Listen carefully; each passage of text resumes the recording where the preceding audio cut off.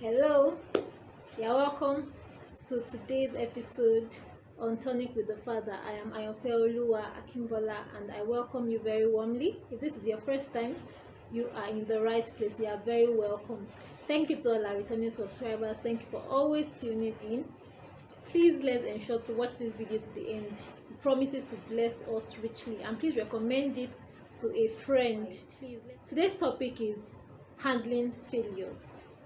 Handling failures.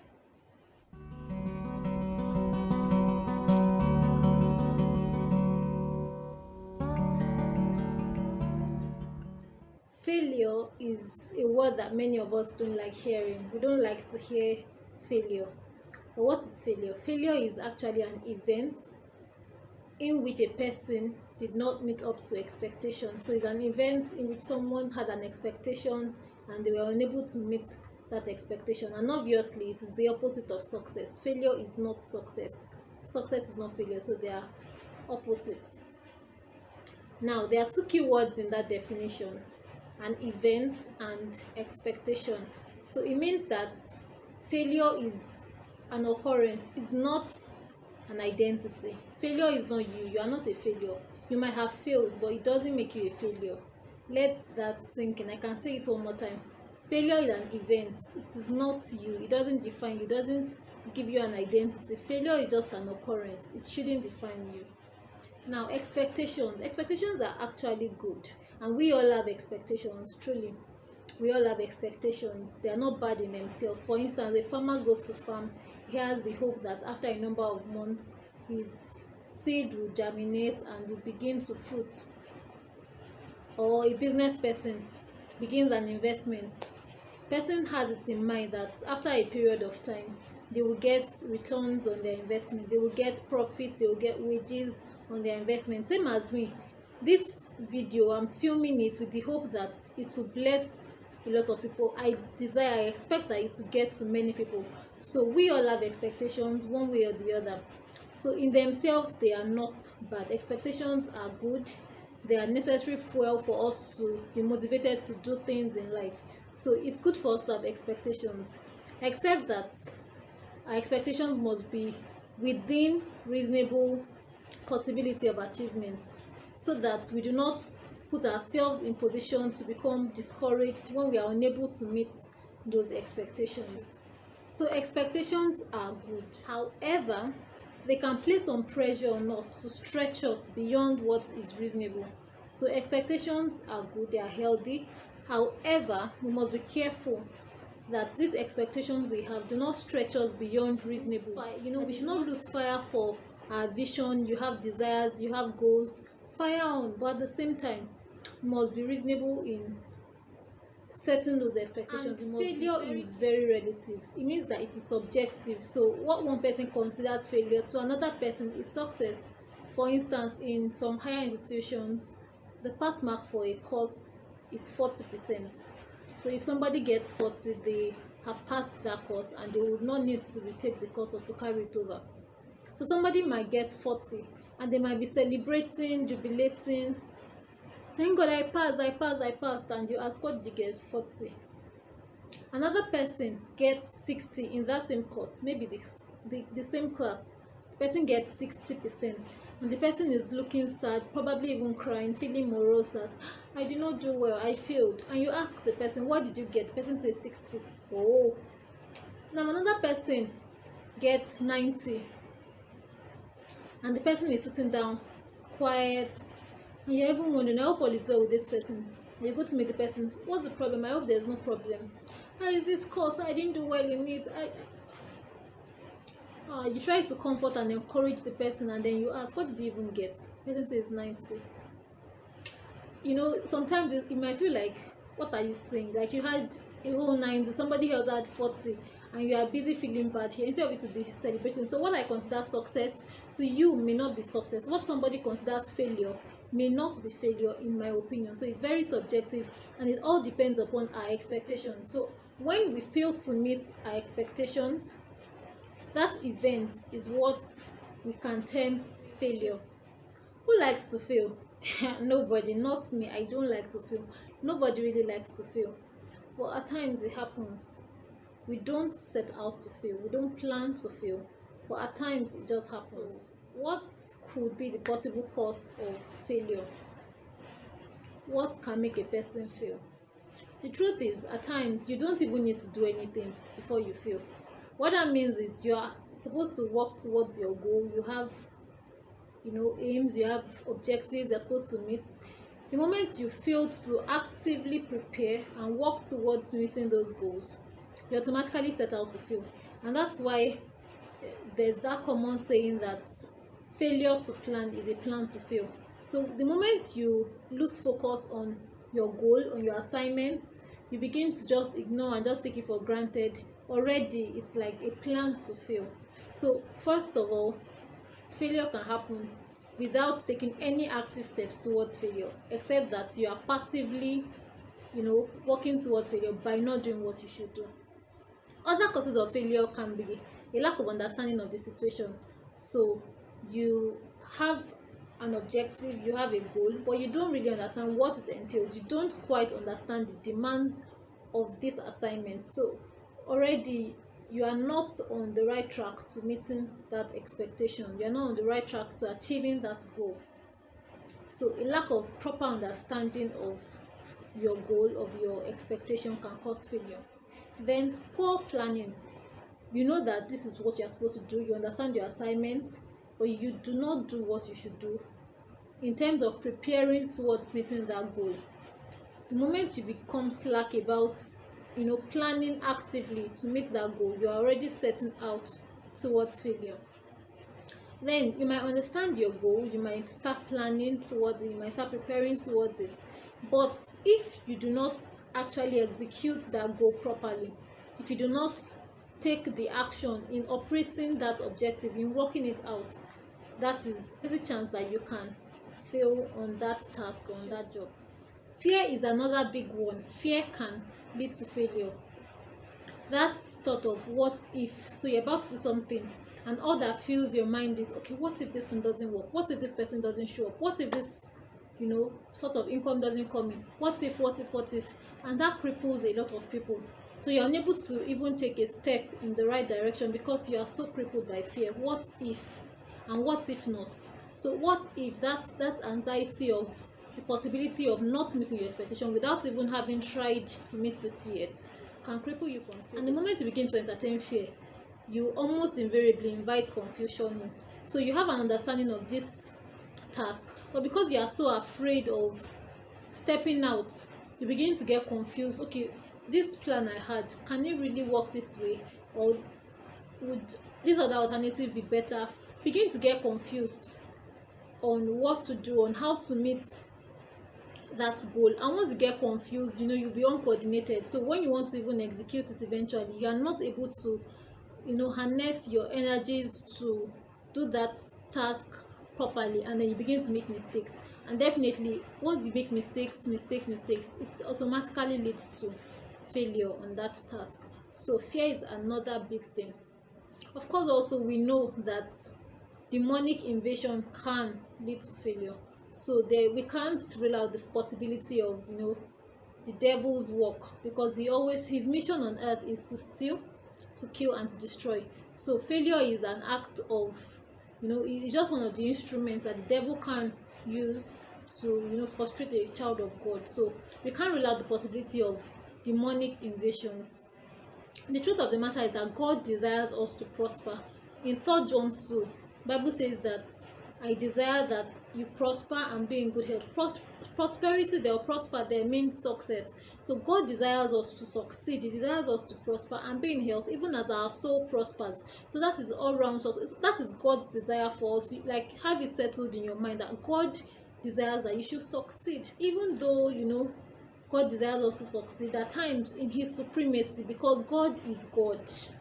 God is God. So in his supremacy, by providence, it can seem as if you failed.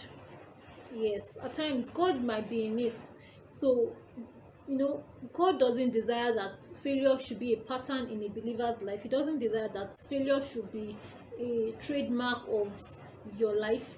But at the same time, at times God can be in what seems to be a failure. Yes. So what next after failure? A failure event has just happened. What do you do next? I could well say, yeah, bounce up and try again. But the truth is, if you've ever seen a deflated basketball, you know that it seems so heavy because you know it's just flat and out. And that's how many times we are when we fail. It looks like we have nothing to fall back on. It looks as if all hope is lost, as if all our dreams are shattered, as if a pause has come to our lives. you know Failure can be that heavy. So I'm not just going to say bounce up and move on. No, let's be real. And of course the Bible is our standard, is our guide to teach us on what to do. We'll be using a very well-known character in scriptures to draw lessons on how to move on, how to move ahead after failure, and that is David. King David, a very beloved child of God, that we all want to be like the man after God's own heart. So there's a story which I believe many of us are familiar with in the book of 2 Samuel, chapter 11, 12, and it led to a lot of other things in subsequent chapters. So it was the time for the kings to go for war, and for whatsoever reasons David did not go that year. And one thing led to another. He beheld Bathsheba, and then he lusted after her. He called for her, slept with her. She became pregnant. In a bid to cover up his acts, he sent for the husband Uriah of Bathsheba. When he tried and couldn't succeed in covering his tracks, he decided to use his position to eliminate the life of Uriah. And for somebody like David, though, so that would have been a very big blow, because many times he who is down needs fear no fall. So if someone is just out on the streets, let me put it that way, it might not really have mattered so much. But because David was the king, he was the ruler, and he was not just even a king of any nation, he was the king of Israel, God's covenant people. So that matter will not just die like that. God was displeased with him. And if we go back to the Old Testament times, and we read about all the regulations and the punishments for certain sins, we know that the sin of adultery and the sin of murder are very serious, very grievous sins that are punishable by death. Like, there's no maybe let's try, the punishment is death. And that was supposed to be David's punishment. But because he had the immunity of the office, being the king of Israel, yet God was displeased. So God wasn't going to let that matter just die down. So he sent his servant Nathan to David. And because Nathan had the wisdom of God, he presented that matter to David as a parable. So David came to terms with his reality. He understood that something had happened. He absorbed the reality. He did not deny it. He didn't say, it wasn't me, or tell lies or whatsoever. He absorbed the reality. He came to terms with, this is what really happened. And I think that's a very good starting point for us. So when something happens, a failure event, don't sweep it under the carpet. Only defeatists behave like the ostrich, tries to bury its small head in the sand. Meanwhile, the entire big body is out there for the whole world to see. We can't hide from God. We can't even hide from ourselves. So when something that looks like a failure happens, let's be really about it. Let's come to terms with that reality. Let's come to see that this thing really happened. It's not a dream. It actually happened. Come to terms with that. Then also, we need to be able to express ourselves emotionally. Yeah, this one, a lot of us are on this table. So you want to form hard guy, hard girl. You don't want to let it out. You don't want to talk about it. You don't want to cry about it. The truth is, God put our emotions in place for his glory and for our good. The moment you begin to bottle things up, and it feels like nothing do me, no shaking, people are unable to help you, are unable to receive help, and that wound is just there. It's like a time bomb waiting to explode. So let it out. It's okay to cry. You can sob. If you don't want to cry, you can just let it out. Let it flow. God created tear glands for a purpose, though maybe we don't know. God created tear glands for a purpose. So it's okay to cry. guy or girl, it's okay to cry, it's okay to sob, it's okay to weep. If you don't want to do it where people will say, you can, go somewhere that is just you and God. Pour your heart out to God, talk to him. He's willing to listen, he's willing to hear, he's willing to respond. So please, let's use our emotions the way we're supposed to. Let's let it out to God. Tell God exactly how he feels. There's no need to form for God. He knows us in and out. So who are you? What are you doing? Like, don't pretend. Let's be real. This thing happened and it's painful. You didn't expect to fail and you failed. Tell God about it. He's very willing, very open to listen and to respond to us. Then also, it's okay to talk about it.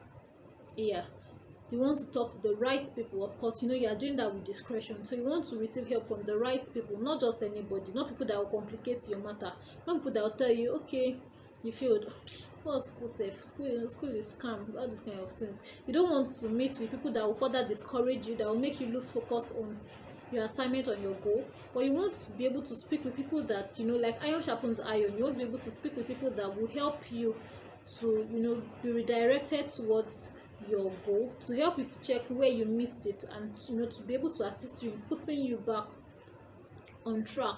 You want, if you are not even a very vocal person, you don't really like meeting with people to write people to talk to them about it, you can write in your journal.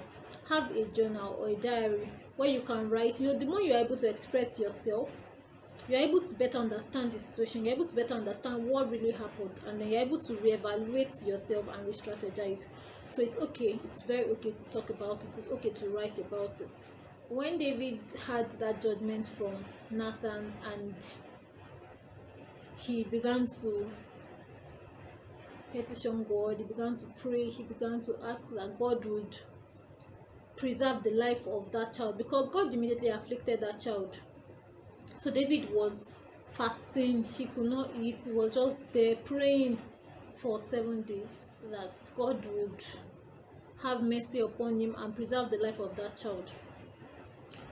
So eventually the child died. So that matter was sealed. And the servants were so afraid to tell him that, see what happened though. So what did they do?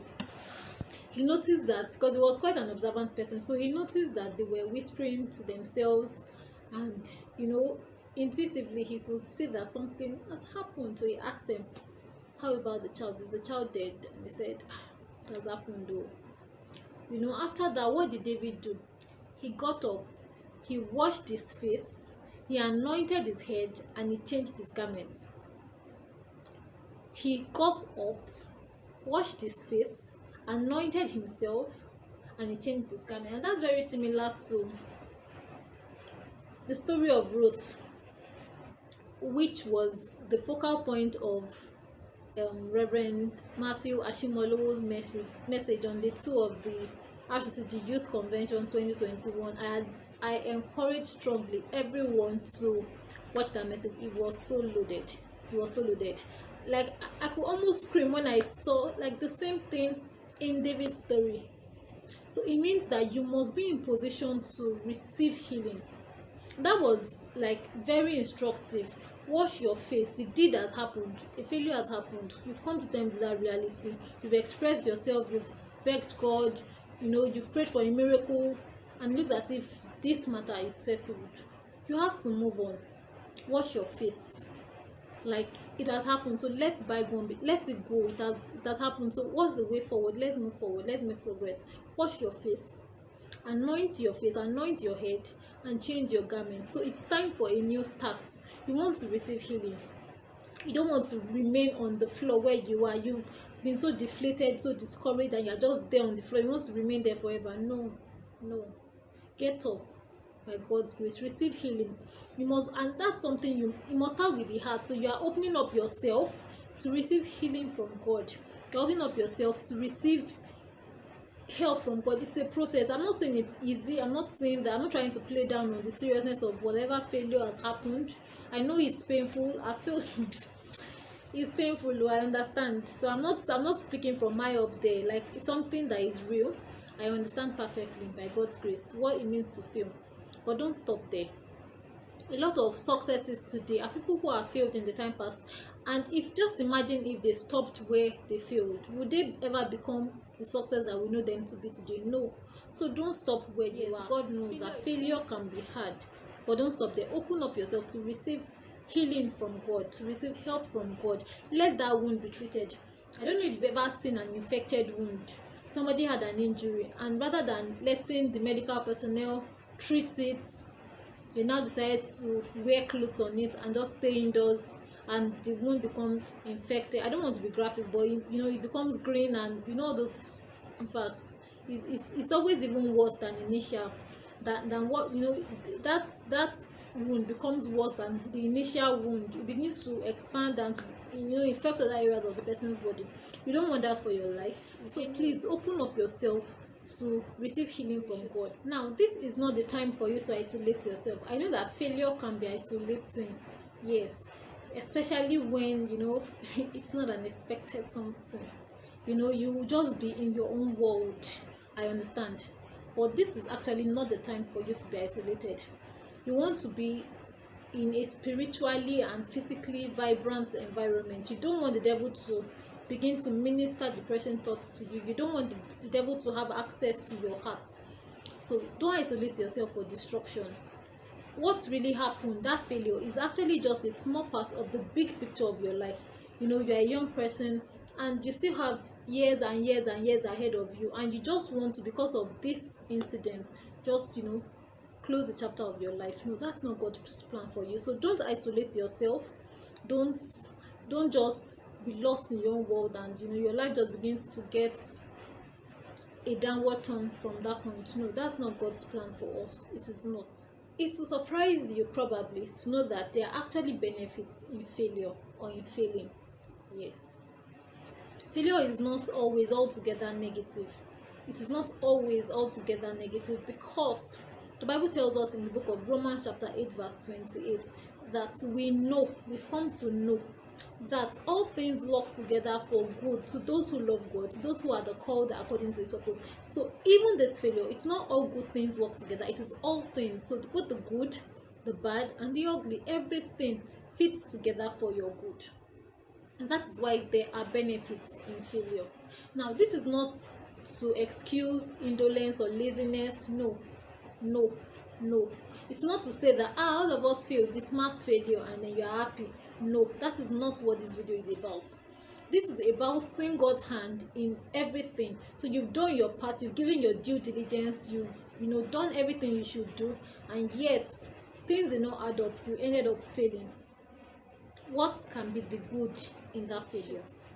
One, failure helps us to better appreciate success, because many times we take success for granted. So you work hard and you just pass.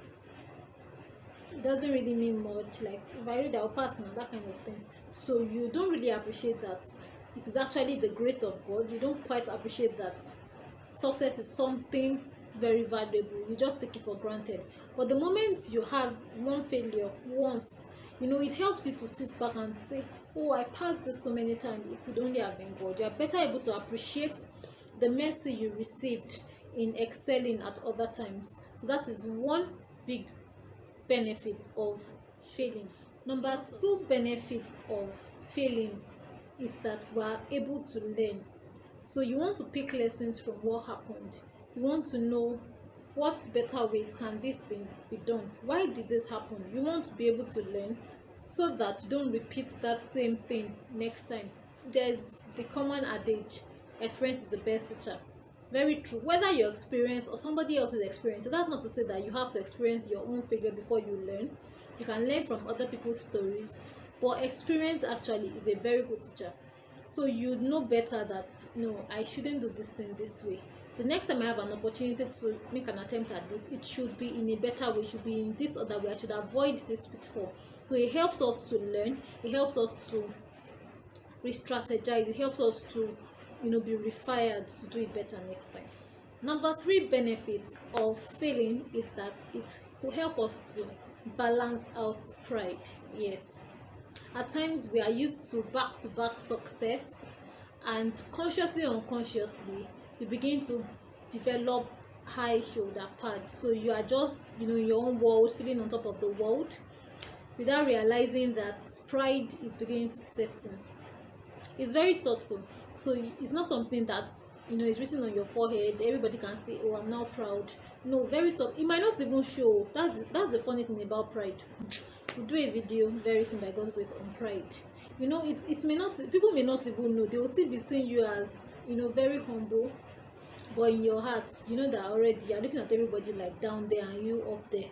So that's pride. So if in that case a failure happens, you can't but balance out. So failure actually can help us to balance out pride and make us more dependent on God. It can make us become humble, and we know that the scripture says God resists the proud but gives grace to the humble. So the moment we fail and we have come to terms with it, we are better able to depend on God, so that next time we are able to ensure success and prevent failure again. Next benefit of failure is that we are better able to empathize and connect with other people who are experiencing or have experienced failure. We are better able to empathize. Now, I'm not saying sympathize, so you're not feeling, oh, well, I pity you. It's not pity, but you're able to connect with them because you have been through that same or a similar phase. So you're able to connect with them. Have you ever been in a situation that is so discouraging, and somebody who absolutely has never had such a situation comes and tries to tell you it is well, God is in control? He doesn't, like, okay, thank you, you want to be courteous, but deep within you that you don't understand what is happening, you don't understand what I'm saying. Now that is very different from somebody who has experienced something similar, or maybe even worse. Their words make more sense to you because they've been through that part. They've experienced it, so that this person is not just saying things to me from their head. It is from their reality, from their experience. You are better encouraged by that person who has passed through what you are passing through. I had one episode of failure some years ago, academic exactly, and in my head I felt I had done everything I needed to do. I felt like it wasn't fair. I couldn't quite place what went wrong, and it took a while for me to get back up. But because I had come to know God by that time, I was studying the scriptures one day, and I just stumbled on this passage in 2 Corinthians chapter 1, and I was reading from verse 1. I would like to read verse 3 and 4 to you. 2 Corinthians chapter 1, 3 and 4. That scripture says that blessed be God, even the Father of our Lord Jesus Christ, the Father of mercies and the God of all comfort, who comforts us in all our tribulations, that we may be able to comfort them which are in any trouble by the comfort wherewith we ourselves are comforted by God. So you've received help to overcome that situation that has been troubling you. You've received grace. That grace is not just for you, it's for you to help other people. Because before that time I used to feel like life is cause and effect. You read, you pass, and that was just I don't think I'd ever really failed before then. But I guess God was using it to teach me some lessons, and that experience alone has helped me to gain access to other people. I'm better able to reach out to younger ones who have or are experiencing failure in one thing or the other, because I've experienced it. I understand. So I'm not just telling you that go and read your book and you will pass. No, I know it can be hard. I know it can weigh you down. You're better able to connect and to help other people when you yourself have failed. So it can actually be beneficial. And yes, Jesus even illustrated this point. When Jesus was to be crucified and he was having his last discussion with his disciples, and he was telling Peter that you will deny me 3 times before the cock crows. And Peter, being who he was, it's not possible. Me, even if everybody else denies you, I won't deny you. And Jesus was telling him that, see, the devil has asked of you. The devil wants to sift you like wheat. The devil, he is waiting for you. He has already set trap for you, just waiting for you to walk into that trap. And Peter was like, no, it won't happen. And Jesus told him, see, I've prayed for you, so don't worry, I've prayed for you. So you are going to actually deny me, but after denying me, you will be stabilized. And when you are established, you know what you will do? You want to strengthen your brethren. It's in Luke chapter 22, verse 32. Let me quickly read it to you. Luke 22, 32. It says that, but I have prayed for you, that your faith fail not. And when you are converted, strengthen thy brethren. So, in a way, we can say Peter failed. He failed his master. Jesus had been with them.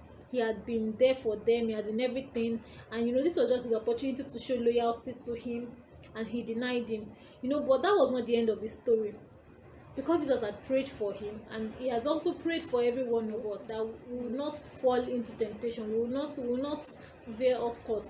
So Jesus Christ had prayed for Peter, and Peter was strengthened. He had received grace ahead, that okay, you will deny me truly, but after you deny me, you will be restored. And when you are restored, make sure that you help your brethren also. So that is a very big one. When we fail, it's not just for us to stop there. We have an assignment in other people's lives to also strengthen them, to also help pull them up. Now, having failed gives you a very big opportunity to be a guide to those coming behind. So we are speaking with the voice of experience. We are speaking as somebody who has been there, not just somebody who knows head knowledge, but somebody who has been there. Just like Jesus, he was tempted in every area like we. So he's able to pray to the Father for us. He's able to sympathize with our infirmities, with our weaknesses, because he has been there. He knows. He's not saying this is what you ought to do, this is what you ought to do. He has been there. So when you failed, that your failure, your mess, will become your message. That scar of the failure now become the star that will guide other people into avoiding the pitfall that you fell into. I hope this episode blessed you. I hope you have picked a thing or two. I hope you would apply it to your life, that failure is not you. Failure does not define you. It is not your identity. It can be an event, it can happen, but it should not be the end of the story. Don't close the chapter of your life by that failure. Don't be tempted to commit suicide. Please don't. There is hope for tomorrow. You never know what tomorrow will bring. Be encouraged in God to step on, move forward, move ahead. Let that failure be bygone. Let it go with the past. I pray God will give each and every one of us renewed hope to march ahead after failure. In Jesus' name. This video is back to back with the second one, managing success. So this is handling failure, and we also have the next one, managing success. So I'm going to link the two videos by God's grace, and it will be very good for you to watch both of them so you get the balance to it. God desires us to prosper. He desires that his children prosper and be in health even as our soul prospers. I pray that failure will not be an identifier in your life. Rather, it will be an event that will help you become a better person, that will help you become who God wants you to be, in Jesus' name. Until next time, please remember to keep the fire burning. God bless you. Bye. Thank you for watching this video. Please remember to give it a thumbs up if it blessed you. Let's have your feedback in the comment section or through the email address tonicwiththefather@gmail.com. Please share this video with your friends far and wide. If you are yet to subscribe, please do so and encourage your friends to do same.